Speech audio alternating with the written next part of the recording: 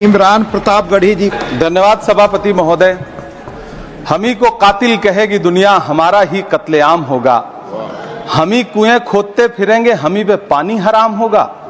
सभापति महोदय, सन 1947 में दिल्ली की जामा मस्जिद की तारीखी सीढ़ियों पर खड़े होकर के भारत रत्न मौलाना अबुल कलाम आजाद साहब ने कहा था कि मुसलमानों कहां जा रहे हो, यह है तुम्हारा मुल्क, यहां तुम्हारे आबाओ अजदाद की कब्रें हैं। उस वक्त मौलाना आजाद की ये सदाएं सुन करके लोगों ने अपने सरों की गठरियां उतार करके रख दी थी। आज उसी दिल्ली में मौजूद देश की संसद में एक बिल आया है जो हमसे उसी जामा मस्जिद की सीढ़ियों के सबूत मांगेगा, जो उन्हीं सीढ़ियों के पास अपनी कब्र में सोए हुए मौलाना आजाद को फिर से कब्र से सदा देनी पड़ेगी कि ये जो कब्र है वो मेरी कब्र है, ये किसी सरकार की जागीर नहीं है। सभापति महोदय, मैं जहां खड़ा हूं इसी संसद भवन के सामने सड़क के उस पार अपनी कब्र में सोए हुए भारत के पूर्व राष्ट्रपति फखरुद्दीन अली अहमद की कब्र है। शायद अब उस कब्र से भी सदाएं आए कि ये कब्र मेरी कब्र है, ये सरकार की जागीर नहीं है। सभापति महोदय, मैं वक्फ कानूनों में किए जा रहे संविधान विरोधी बदलावों के खिलाफ बोलने के लिए खड़ा हुआ हूं। संविधान का आर्टिकल 14 हो, 29 हो, 30 हो, चीख चीख कर कहता है कि देश में सब बराबर के हकदार हैं। आर्टिकल 26 कहता है कि सबको अपने अपने मजहबी कामों के लिए मंदिर, मस्जिद, गिरजाघर, गुरुद्वारों का निर्माण करने का हक है और उसका रखरखाव का भी हक है। लेकिन डॉक्टर बाबा साहब अंबेडकर के संविधान को हर दिन कुचलने वाली यह सरकार देश के मुसलमानों से नफरत में इतनी अंधी हो गई है कि खुलेआम देश की संसद में देश सरकार के माइनॉरिटी मिनिस्टर साहब और होम मिनिस्टर साहब झूठ बोलते हैं और देश को गुमराह करते हैं। झूठ शब्द असत्य बोलते हैं। सरकार ने इस बिल का नाम उम्मीद रखा है। मंत्री जी कल से इसे देश के मुसलमानों के लिए नई उम्मीद बता रहे हैं। नहीं मंत्री जी, न तो यह बिल मुसलमानों के लिए नई उम्मीद है और न ही उम्मीद की नई किरण। सभापति महोदय, भाजपा ने पूरे देश में वक्फ के नाम पर कई सारे झूठ फैलाए हैं। आइए आज उनकी सच्चाई पर बात करते हैं। वक्फ ट्रिब्यूनल को संसदीय शब्द ऐसे बताया जाता है जैसे वक्फ ट्रिब्यूनल कोई मजहबी खाप पंचायत हो।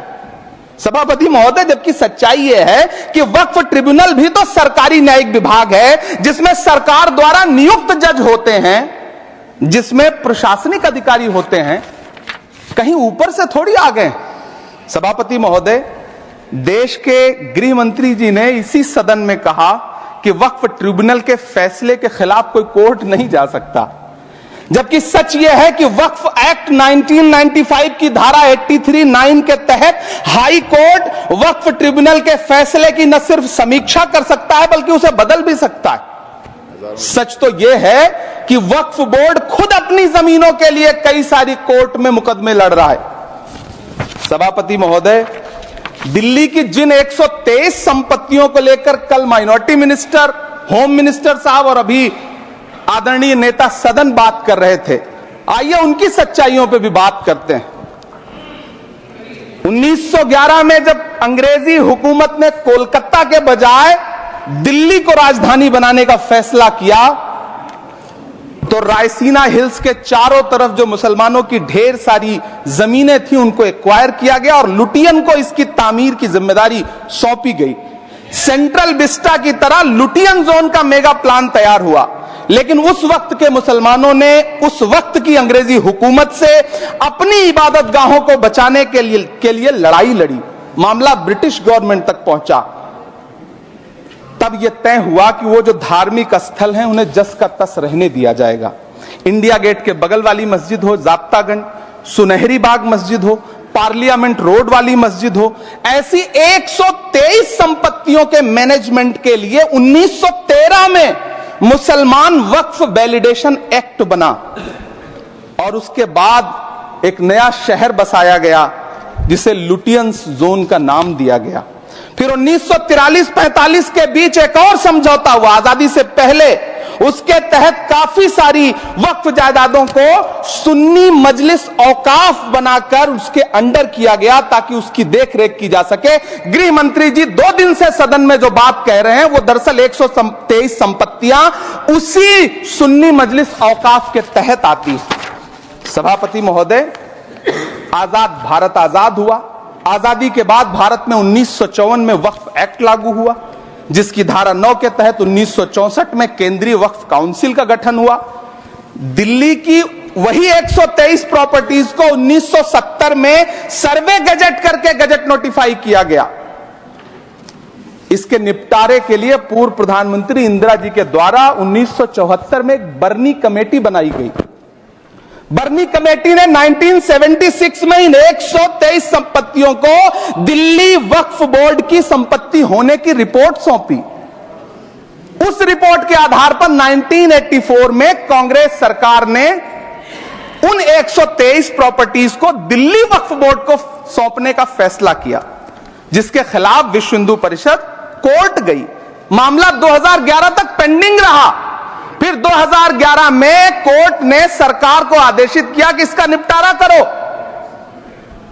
तब 2013 में तत्कालीन यूपीए सरकार ने दिल्ली की उन्हीं 123 जायदादों को बर्नी कमेटी की सिफारिशों के मुताबिक वक्फ बोर्ड के हवाले किया।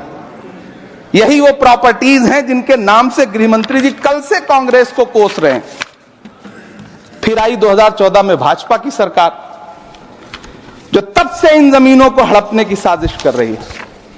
जिस बिल को मुसलमानों के हुकूक की हिफाजत करने वाला बिल बताया जा रहा है, उसी को पेश करने के लिए और उस पर बात करने के लिए लोकसभा में भाजपा सरकार के पास एक भी मुस्लिम सांसद नहीं है। जिस वक्त, मैं लोकसभा कह रहा हूं, सुना करिए, जिस वक्फ बिल को मुस्लिम महिलाओं को हक दिलाने वाला बताया जा रहा है, उसे संसद में पेश करने वाली पार्टी के पास न तो राज्यसभा में, न लोकसभा में, न देश की किसी विधानसभा में एक भी मुस्लिम महिला सदस्य नहीं। कल किरण रिजिजू जी कह रहे थे कि रेलवे की जमीनें देश की जमीनें हैं, डिफेंस की जमीनें देश की जमीनें हैं। हां मंत्री जी, हैं, बिल्कुल हैं। ये जो वक्फ की जमीनें हैं, ये हमारे पुरखों ने धार्मिक कामों के लिए डोनेट किया है। तो हम भी तो इसी देश के नागरिक हैं, हम भी तो इसी देश के बेटे हैं। तो वक्फ की जमीनें भी तो इसी देश की जमीनें हैं, उनको पराया क्यों बोलते हैं आप? सभापति महोदय, अशफाकुल्लाह खान जब फैजाबाद की जेल में फांसी के फंदे पर झूल रहे थे, तो इसी देश की जमीन के लिए झूल रहे थे ना। सभापति महोदय, अंडमान की जेल में काला पानी की सजा काटकर अपनी जान देने वाले मौलाना फजले हक खैराबादी हो या शेर खान अफरीदी हो, वो भी तो इसी जमीन के लिए अपनी जान दे रहे थे ना। सभापति महोदय, पाकिस्तान के खिलाफ लड़ते हुए अपनी जान देने वाले महावीर चक्र विजेता ब्रिगेडियर उस्मान हो या पाकिस्तान के पैटर्न टैंक उड़ाने वाला परमवीर चक्र विजेता वीर अब्दुल हमीद हो, वो भी तो इसी जमीन के लिए अपनी जान दे रहा था ना। और मंत्री जी, मैं इस सदन में अलग ऐलान ये कहता हूं कि जब भी इस देश की जमीन को लहू की जरूरत होगी, आपसे 2 कदम आगे इमरान खड़ा मिलेगा, ये मैं आपसे यकीन दिलाते हुए कह रहा हूं। सभापति महोदय, मैं सरकार से कहना चाहता हूं, हमसे हमारी इबादत गाहें तो मत छीनिए ना, हमारे घरों पे बुलडोजर तो मत चलाइए ना, हमारी कब्रों में तो हमें सुकून से सोने दीजिए ना।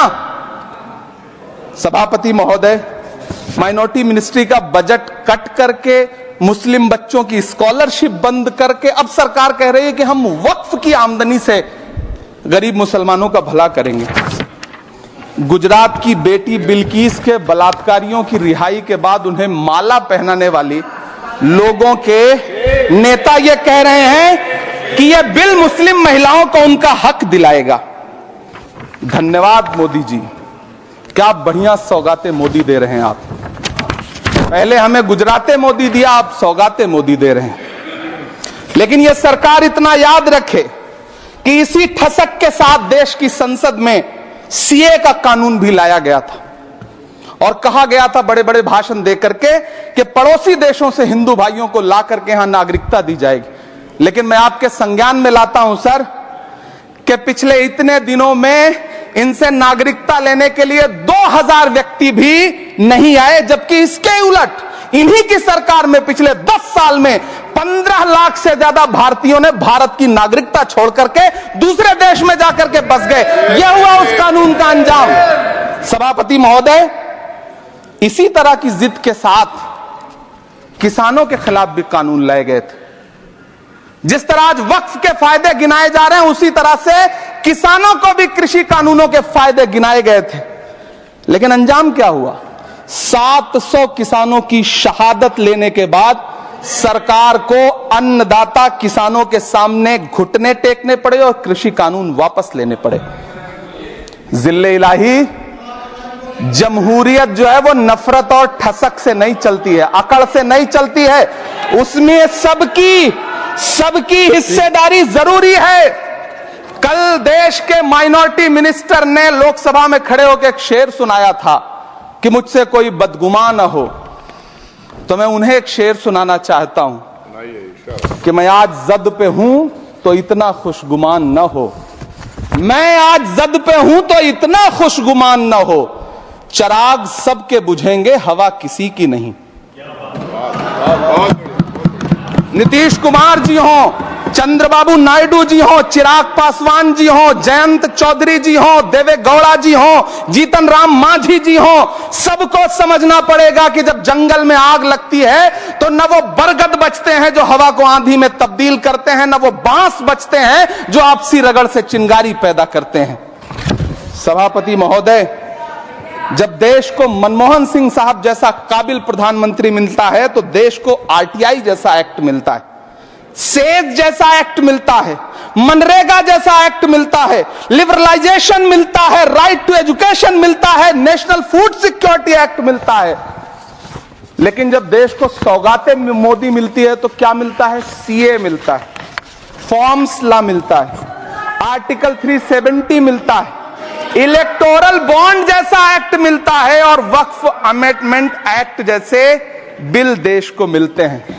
मुझे तो अपने हमवतन भाइयों से पूछना है कि आपको अपने बच्चों की तरक्की, खुशहाली और नौकरी की दरकार है या फिर मुसलमानों की दान की गई जमीनों को लूट कर धन्ना सेठों को देने की साजिश करने वाले कानून की?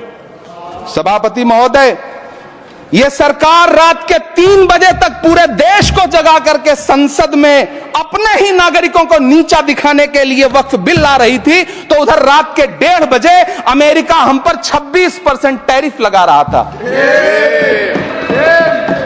सरकार की प्राथमिकताएं देश को पता। सभापति महोदय, मैं बहुत भावुक हूं आज, और मुझे अच्छा लगा कि आदरणीय नेता सदन जगत प्रकाश नड्डा जी ने बहुत अच्छी बातें भी की, मन से बातें की। क्योंकि उनके नाम में प्रकाश जुड़ा है तो मैं उनमें हमेशा एक रोशनी की किरण देखता हूं। मैं उनके सामने बहुत अदब से यह बात कहना चाहता हूं कि चरागों के सफर में दबदबा हो आंधियों का तो फिर अंजाम जुल्मत के सिवा कुछ भी नहीं होगा। यह दुनिया नफरतों के आखिरी स्टेज पर है, इलाज इसका मोहब्बत के सिवा कुछ भी नहीं होगा। मैं भावुक हूं, मेरी पलकें गीली हैं। अगर देश की एक बहुत बड़ी आबादी को लगता है कि आप उसका भला करने के लिए नहीं बल्कि उनकी इबादतगाहों, उनकी कब्रिस्तानों, उनकी खानकाहों को बर्बाद करने का बिल ला रहे हैं, तो फिर आप अगर समझाने में नाकामयाब रहे हैं तो यह आपकी नाकामयाबी है। पहले समझाइए, उसके बाद कोई बिल लेकर के आइए, तब शायद हम आपका इतनी पुरजोर तरीके से विरोध ना करें। लेकिन सभापति महोदय, मैं अंत में सिर्फ इतना कहना चाहता हूं कि इस बिल में जो भी पॉइंट्स दिए गए हैं, बॉम्सी पोर्टल देख लीजिए, सरकार का झूठ आपको पकड़ में आ जाएगा। हम डरे नहीं हैं, हम सिर्फ सरकार से अपील कर रहे हैं कि हमें अपना समझिए। हम आपके अपने हैं, इस देश के नागरिक हैं और आप ताकत में हैं। संख्या बल के आधार पर बिल हो सकता है आप पास करा ले, लेकिन आपको यह बात समझनी पड़ेगी कि हम तो वो तारीख हैं, जहनों में रहना है जिसे, कागजी पुर्जे नहीं जो फाड़ डाले जाएंगे। जिस जमीन पर मैं खड़ा हूं यह मेरी पहचान है। आप आंधी हैं तो क्या मुझको उड़ा ले जाएंगे? आपको यह बात समझनी पड़ेगी। आपको अगर इतना विपक्ष की तरफ से पहले जेपीसी में इतने सारे पॉइंट्स आए और उसके बाद कल से लोकसभा में और राज्यसभा में सुझाव आप सुनने को तैयार नहीं है, लोगों की शंका को दूर करने के बारे में आप बिल्कुल सोच नहीं रहे, बस आप कह रहे हैं यह बिल उम्मीद की नई किरण है। नहीं साहब, इसे भले किरण जी लेके आए हैं, लेकिन ये उम्मीद की नहीं बल्कि नाउम्मीदी की किरण है। और इस देश की एक बहुत बड़ी आबादी इस बात से खदशे में है, शक में है कि आप सीधे उनकी जमीनों को लूट करके धन्ना सेठों को बेचना चाहते हैं। मेरी अब भी आपसे अपील है कि इस बिल को वापस लीजिए। यह बिल कहीं से आपके अपने नागरिकों के लिए अच्छा नहीं है। यह बिल सिर्फ इस देश के मुसलमानों को नीचा दिखाने का और अपने एक ऐसे मतदाता वर्ग को खुश करने का बिल है जिनको इस बिल के पास हो जाने से कुछ मिलेगा भी नहीं। लेकिन आप एक नैरेटिव देना चाहते हैं, एक मैसेज देना चाहते हैं। मेरी आपसे अपील है कि कृपया ये जो सबका साथ सबका विकास का नारा है, इस नारे को रत्ती भर तो चरित्रार्थ कर दीजिए। बहुत